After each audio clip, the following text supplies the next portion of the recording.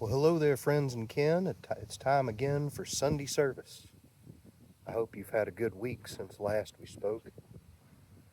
I, unfortunately, have been struggling with another round of illness. A few weeks ago, I had to skip a Sunday service to just basically lay in my bed miserable and recovering.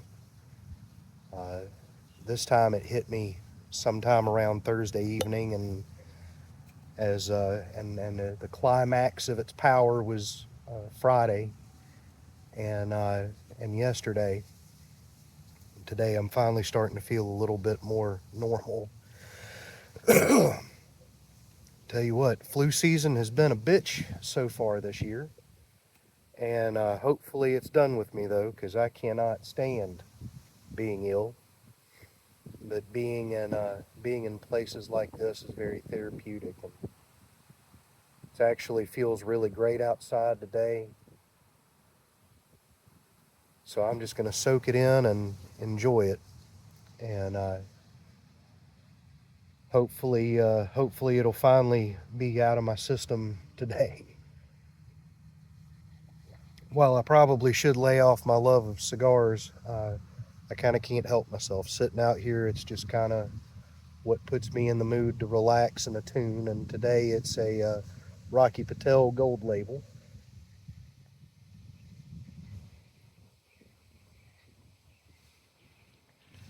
Our reading for today, going to sticking with one of our go-tos. This particular blessing is called For the Traveler. It's a little bit of a lengthier one, but I enjoyed reciting it for the good neighbors and the ancestors today. Every time you leave home, another road takes you into a world you were never in. New strangers on other paths await. New places that have never seen you will startle a little at your entry. Old places that know you well will pretend nothing changed since your last visit. When you travel, you find yourself alone in a different way, more attentive now to the self you bring along. Your more subtle eye watching you abroad, and how what meets you touches that part of the heart that lies low when you're at home. How you unexpectedly attune to the timbre in some voice, opening a conversation you want to take in, to where your longing has pressed hard enough inward on some unsaid dark to create a crystal of insight you could not have known you needed to illuminate your way. When you travel, a new silence goes with you, and if you listen, you will hear what your heart would love to say. A journey can become a sacred thing.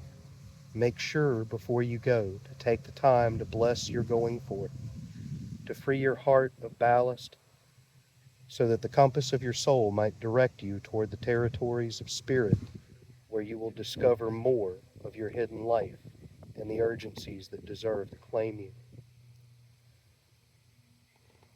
May you travel in an awakened way, gathered wisely into your inner ground, that you may not waste the invitations which wait along the way to transform you. May you travel safely, arrive refreshed, and live your time away to its fullest. Return home more enriched and free to balance the gift of days which call you. As we journey through life, we gather pieces of ourselves. At least that's the way I like to think about it. Your journey isn't in life isn't a point A to point B. It's a point A to point Z and all the points in between. Every destination gives you a piece of yourself that you didn't know was missing. At least that's the way it's felt to me a lot. And we're so tempted, at least I know I have been, and many of the people I talk to about this feel the same way. It's very easy to write off things that didn't work out as mistakes.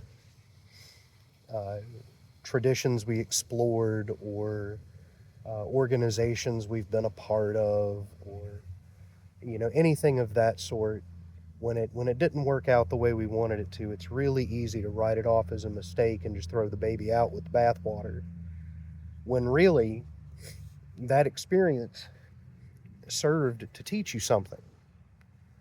And if you look at it hard enough, you'll realize that when the experience was over, you walked away with something that you didn't have before. Whether some nugget of knowledge, or uh, or perhaps even an elevated sense of self-esteem, some bit of self-knowledge you didn't have before, or maybe a perspective from somebody you met while you were there that helped point you in a direction that ended up working out better for you. There's no limit on how many things we can acquire from the stops we make along the way in our journey.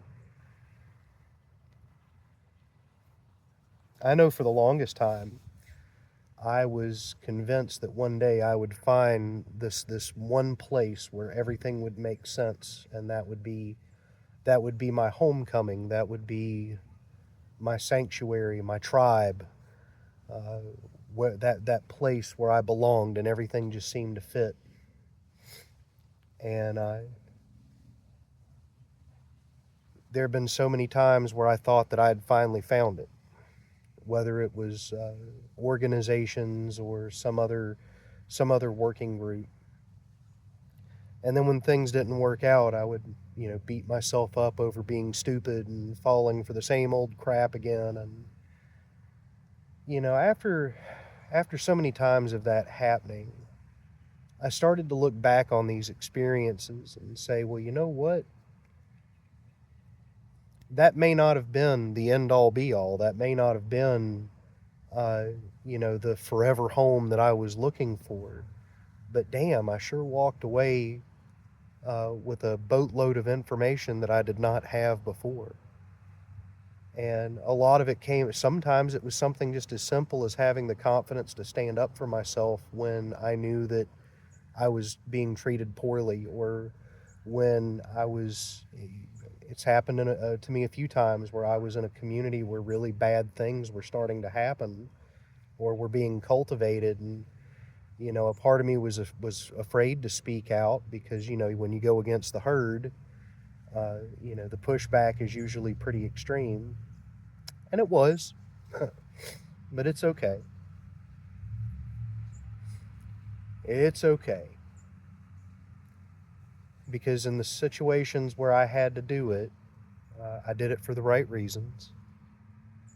And I said, "Hey, wait a minute. What I'm seeing here doesn't sit well with me. And if you want to keep going that direction, I can't go with you." And there's nothing wrong with setting a boundary like that. And sometimes the situations like that we find ourselves in, that's all they're meant to do for us, is to show us that, hey, look, you can stand up for yourself, and it's okay to do that.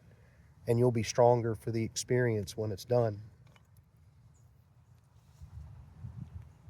And I think that in this particular passage, that's an aspect of what Mr. O'Donohue is trying to point out, that our journey is a very sacred thing.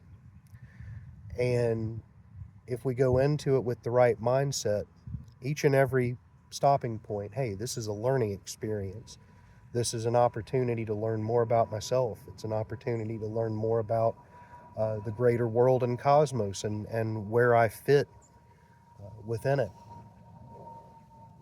And if we go into into those situations with that mindset, instead of the mindset of some sort of absolute, like this is where I'm finally gonna find that forever home, that homecoming I'm looking for, where everything's just gonna make sense, and then I can just bask in that forever.